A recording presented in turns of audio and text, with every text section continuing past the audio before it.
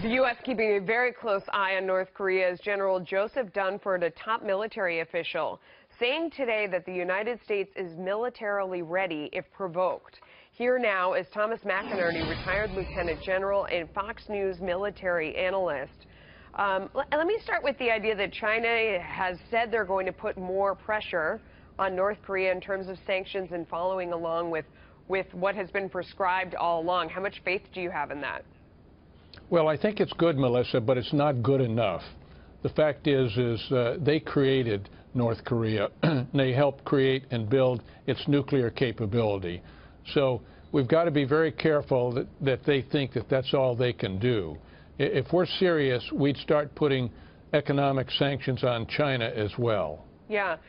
I mean, what kind of time constraint do we have here, in your opinion? Because some people that you talk to on this issue say, well, the best we can hope for is sort of where we are, is just to continue to pressure them, to try and pressure China to keep them in control, but he's not going to give up his weapons, short of some sort of military action, which would be catastrophic. So this is sort of the best we can hope for. What do you think of that conclusion?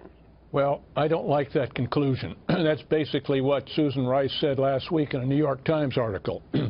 We cannot accept a nuclear North Korea because it is a nuclear proxy for China, which means they could strike us, China could observe, the missiles that get through would terribly degenerate our economy, and then they'd be smiling because we'd be a third world nation.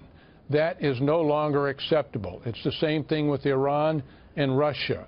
And so these Iran and North Korea are nuclear proxies for Russia and for China. No longer acceptable. And you talk about the missiles that might get through. I mean, I think a lot of Americans are under the impression that we could protect and intercept anything that came our way. Certainly when you hear interviews with people on Guam, they think that they're safe.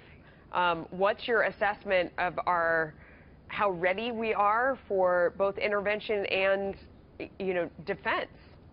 Well, I think if we could do 80%, maybe 85%, we're going to do very well. And my experience in missiles, Melissa, and I think now they may do better, don't misunderstand me, but it doesn't take many to get through to devastate our economy, and that's what we've got to realize. That's why a nuclear North Korea and Iran is not acceptable. Now, the next step is you're going to say, well, we may have to go to war. We may have to go to war. This is President Trump's Cuban Missile Crisis because it's going to change the balance of power. And that's a separate issue, but we may have to, and we must understand that we cannot accept a nuclear North Korea and Iran. General McInerney, thank you. Appreciate your time as always, sir.